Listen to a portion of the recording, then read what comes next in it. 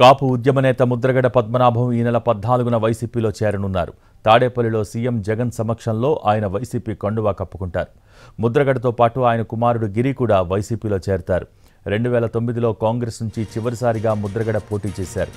ఆ ఎన్నికల్లో ఆయన 3వ స్థానానికి పరిమితమయ్యారు. దాదాపు 15 ఏళ్ల తర్వాత ప్రత్యక్ష రాజకీయాల్లోకి రీఎంట్రీ ఇస్తున్నారు ముద్రగడ.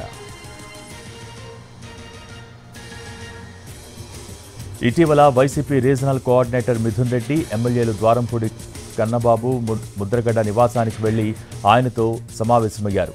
వైసీపీలోకి ఆహ్వానించారు. ఆ సమావేశం తర్వాతే వైసీపీలో చేరికకు ముద్రగడ గ్రీన్ సిగ్నల్ ఇచ్చారు. పార్టీలో చేరిన వెంటనే రాష్ట్ర వ్యాప్తంగా కాపు ఓట్లు ఎక్కువగా ఉన్న నియోజకవర్గాలలో ముద్రగడతో ప్రత్యేక సమావేశాలు పెట్టించే యోచనలో వైసీపీ ఉంది. మరోవైపు ఆయన కుమారుడు గిరికి నామినేటెడ్ పదవి ఇచ్చే అంశం కూడా వైసీపీ పరిశీలిస్తోంది. ముద్రగడను పవన్ జనసేనలోకి ఆహ్వానిస్తారనే ప్రచారం జరిగింది.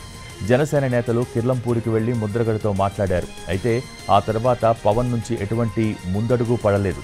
దీనిపై ముద్రగడ లేఖ ద్వారానే తన అసంతృప్తిని వెళ్లగక్కారు. ఆ తర్వాత వైసీపీ నేతలు మరోసారి ముద్రగడతో టచ్లోకి వెళ్లి పార్టీలోకి వచ్చేలా పావులు కదిపారు.